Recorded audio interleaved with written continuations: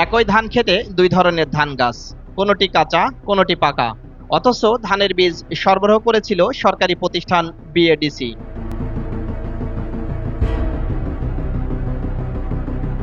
দেশের বিভিন্ন প্রান্তে এই ধান বীজে ক্ষতিগ্রস্ত হাজার হাজার কৃষক। অভিযোগ মিলেছে চুয়াডাঙ্গা বিএডিসি বীজ প্রক্রিয়াজাতকরণ কেন্দ্র থেকেই ঘটেছে বীজ মিশ্রণের ঘটনা।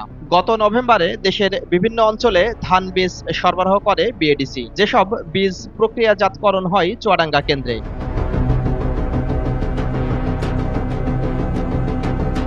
সে সময় অন্তত ১০০ টন বীজ সরবরাহ করেছিল সরকারি প্রতিষ্ঠানটি।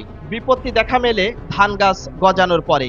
একই ক্ষেতে দুই ধরনের ধান গাছ, কোনোটি কাঁচা কোনোটি পাকা, আবার কোনোটিতে শীষই বের হয়নি।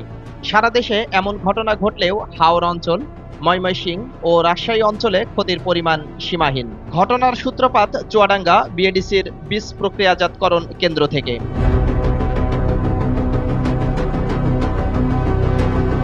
একই প্যাকেটে ব্রি ৮৮ ও ব্রি ৯২ জাতের বীজ মিশ্রণের কারণে এ ঘটনা ঘটে। দুটি জাতের ধানের বীজ জীবনকাল ও বৈশিষ্ট্য ভিন্ন হওয়ায় ক্ষতির মুখে চাষিরা। দায় বিএডিসি বলতে পারবে, দায় এড়াইতে পারে না, কারণ একটা ভিত্তি বীজ না, যে কোনো বীজ যেটা গাছের গাছ উৎপাদন তৈরির ক্ষেত্রে, বিশেষ করে এই বীজের ক্ষেত্রে বা ফসলের ক্ষেত্রে, এটা আসলে বীজই হলো মূল। এই বীজ যখন ৯২ আর ৮৮, দুইটা বীজের কিন্তু যেহেতু ভ্যারাইটি, দুইটা বীজ কিন্তু দুই অঞ্চলে দেওয়ার কথা, দুইটা দাম হওয়ার কথা। হ্যাঁ, প্যাকেটে লিখতে আলাদা আলাদা।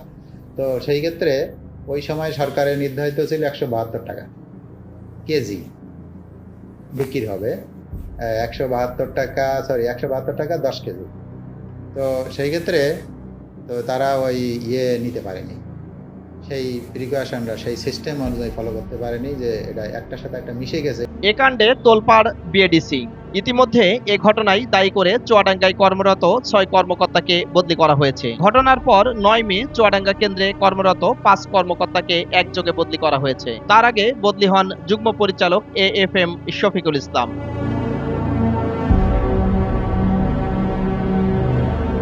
Naziat Hossain, face the people, Chuadanga.